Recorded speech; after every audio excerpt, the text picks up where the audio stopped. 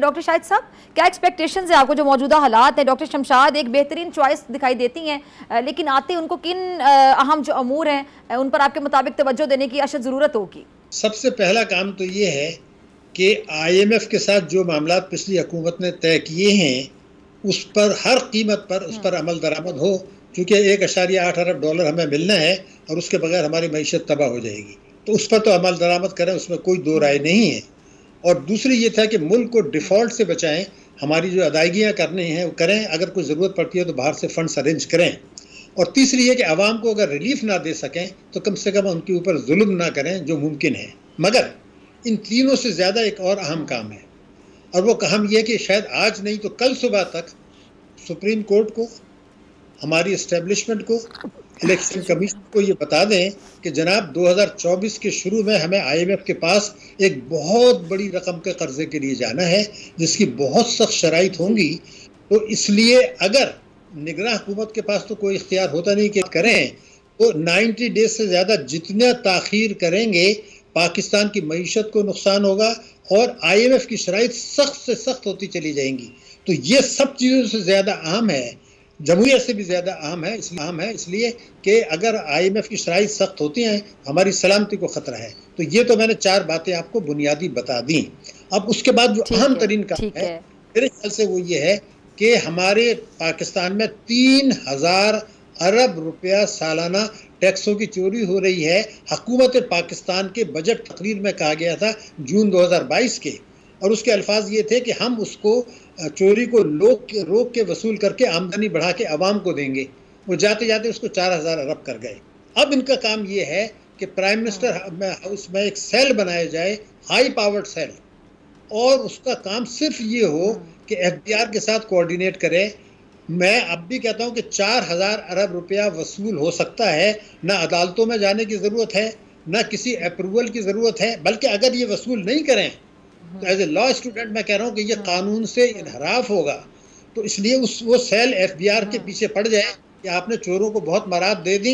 अब जिनके असासे चोरी के पाकिस्तान में हैं, जिसकी तफसील हुकूमत के पास है, FBR के पास है, जिसके लिए अदालत की ज़रूरत नहीं है, कोर्ट की ज़रूरत नहीं है, उनसे वो वसूली शुरू करें और 1 महीने के बाद IMF के पास जनाएं कि जनाब अली हमने इतना ये वसूल कर लिया एडिशनल, अब हमें इजाज़त दें कि पेट्रोल में इतना इजाफा जो करना था वो हम ना करें। ये सेल बहुत इंपॉर्टेंट है, अगर ये नहीं किया तो बड़ी ज़बरदस्त तबाही पाकिस्तान के अंदर आएगी। ये मैं आपको वाज़ेह तौर पर बताऊँ। डॉक्टर शाहिद हसन साहब, अगर हम पेट्रोल की बात करें, महंगाई पर बाकायदा तेल छिड़क रहा है और वैसे में जो शरह सूद है वो नीचे लाना कितना नामुमकिन दिखाई देता है। मतलब सीधे अल्फाज में कि महंगाई अब कैसे नीचे आएगी, कैसे सनतों को सस्ता कर्जा मिलेगा? हमारी रुपए की कदर जिस तेज रफ्तारी से गिरी है 2-3 साल में, इसकी पाकिस्तान की तारीख में कोई मिसाल नहीं है। उससे पेट्रोल भी बढ़ता है, तमाम इंपोर्टेड चीज़ें भी बढ़ती हैं, बिजली भी बढ़ती है, ट्रांसपोर्ट के किराए भी बढ़ते हैं, तमाम चीज़ें बढ़ती हैं।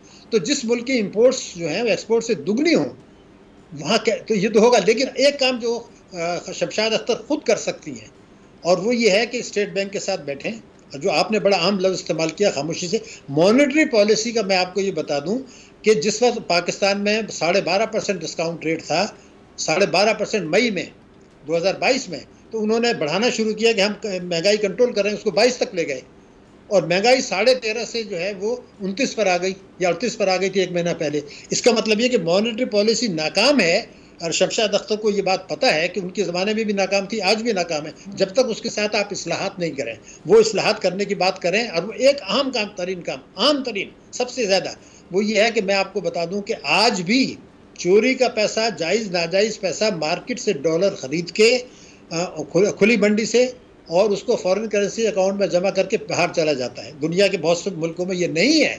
अगर मैं आपको बताऊं कि 1 साल में 15 अरब डॉलर गया, अगर सिर्फ एक कानून बनाने की ज़रूरत नहीं है, स्टेट बैंक ये कह दे कि जनाब ये जो आप मार्केट से डॉलर ख़रीदते हैं ज़रूर ख़रीदें, आपको रुपए पे एतबार नहीं है, ना करें, अपने फॉरेन करेंसी अकाउंट में भी जमा कर दें, हमें कोई एतराज़ नहीं है। लेकिन तालीम और इलाज मालजे के अलावा पैसा बाहर नहीं जाएगा। अगर आपको ये वीडियो पसंद आई तो सब्सक्राइब करें और बेल आइकन पर क्लिक करें। आप लोग इस मुल्क पाकिस्तान में आजाद है। सहाफती उसूलों पर कारबंद बोल न्यूज ने रखी रिवायत बरकरार। बोल न्यूज की जानिब से देखने वालों को यौम आजादी की बेहद मुबारकबाद। मुल्क भर से जश्न आजादी की तकरीबात बोल ने दिखाई अपनी स्क्रीन पर। पाकिस्तान के 76 में यौम आजादी का जश्न, बोल ने सुनाई पाकिस्तान जिंदाबाद के नारों की गूंज। बोल की सबसे बड़ी ट्रांसमिशन में पाकिस्तान का नाम रोशन करने वालों ने दिए कौम को पैगामात। बेपनाह मुश्किलात का सामना करके इस मुल्क को हासिल किया। आज़ाद कौमों को बहुत सी कुर्बानियाँ देनी पड़ती हैं। 76 वालियों में आज़ादी का दिन जोश खरोश के साथ मना रहे हैं। क्योंकि जिंदाबाद पाकिस्तान ये है बोल की पहचान। सब्सक्राइब करें और बेल दबाएं ताकि कोई खबर रह न जाए।